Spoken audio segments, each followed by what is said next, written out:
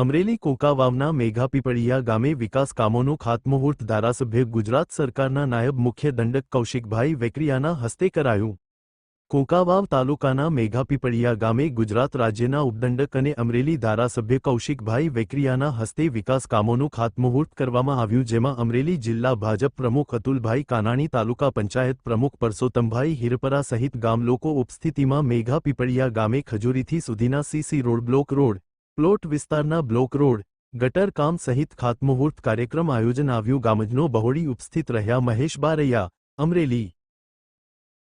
મેઘાપીપળિયા ગામે વિવિધ વિકાસના ખાતમુહૂર્ત અને લોકાર્પણનો કાર્યક્રમ રાખવામાં આ પ્રસંગે તાલુકા ભાજપની સમગ્ર ટીમ, ગામના સરપંચ, એડી, સમગ્ર ગામના લોકો અને ભાઈઓ બહેનો હાજર હતી।